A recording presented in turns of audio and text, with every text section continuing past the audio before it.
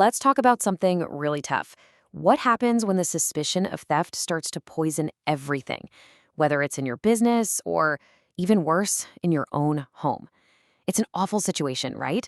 Trust gets shattered and you're just left with no answers. So today, we're going to look at a way to find some real clarity, a path to the truth. I mean, think about it. It's a paralyzing question, isn't it? When suspicion just destroys everything, how do you even begin to find the truth? It could be money missing from a cash register or something precious vanishing from your house. Just the suspicion itself can do so much damage, long before you even know the facts. So yeah, how do you get from that awful feeling of doubt to real certainty?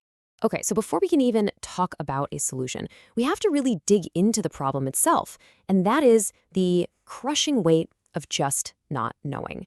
And it truly is a heavy, heavy burden. This kind of suspicion just seeps into everything, creating this toxic atmosphere of anxiety and mistrust. You know, at work, it can completely poison the team dynamic. And in a family, man, it can shatter the very bonds that hold you together. And the worst part? When there's no direct evidence, you're just stuck. You're caught in this endless loop of doubt. Accusations start flying. People get defensive. And pretty soon, relationships just start to crumble under all those what-ifs. You absolutely need a way to break that cycle, an objective path out of the chaos. So, what is that path forward? What can you do when just talking it out isn't enough? Well, that's when a more scientific, a more grounded approach can give you the clarity you've been searching for. And this is where something like a polygraph investigation comes into the picture. Now, really, it's a scientifically based method designed for one thing: to get an honest answer when you've got no other evidence.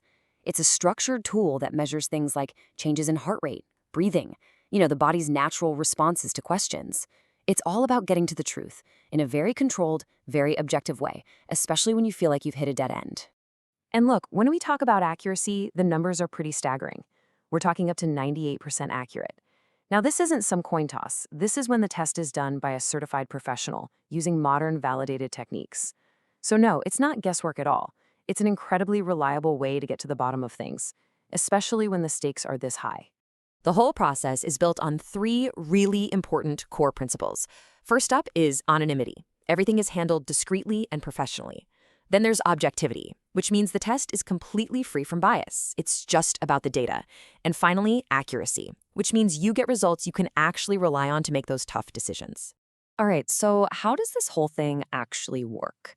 Because I guarantee you, it's a lot more thorough than what you see in the movies. So let's break down what a real, methodical investigation looks like.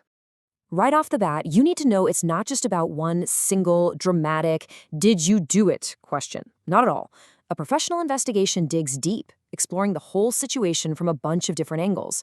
The goal is to build a complete picture of what really happened, who might have been involved, and even why it might have happened. So the first area of focus is pretty straightforward: direct involvement. The questions here are all about finding out if the person actually committed the act themselves, or maybe if they handled the stolen items at any point. But it doesn't stop there. The next category is about complicity and collusion. You see, maybe someone didn't do the act, but did they know who did and just kept quiet? Were they in on the planning? This is how you uncover if there were any accomplices, or even just people who knew what was going on. A really thorough investigation also has to look for a motive, right? The why behind it all. So another set of questions explores financial honesty. Things like, are there huge hidden debts? Has there been any sudden, really unusual spending? This kind of thing can point directly to a possible motive. And finally, the process can bring other hidden risks to light. We're talking about underlying issues, maybe a gambling problem or past offenses that were never disclosed.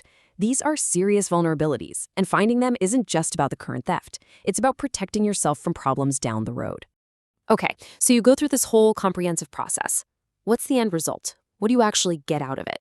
Well, it all comes down to one thing: getting the clarity you need to finally make a decision. What you get is a clear roadmap that takes you from total chaos to a real resolution. First, you establish the facts. You can pinpoint who was involved and if they had help. You also identify those hidden risks we talked about, like motives or other security issues. All of this gives you a solid, objective basis for action. And maybe most importantly, it lets you clear the names of the innocent, which is the absolute first step if you ever hope to rebuild trust. And that's the key right there. The result isn't just a simple yes or no, it's a foundation, a solid, factual foundation that empowers you to make what are often very difficult but absolutely necessary decisions. And you can make them with confidence. And in the end, it really all boils down to this one simple, powerful idea. Trust begins with truth. You can't start rebuilding anything, whether it's your business or your family, until you know what the truth is. So I'll leave you with this final thought to chew on.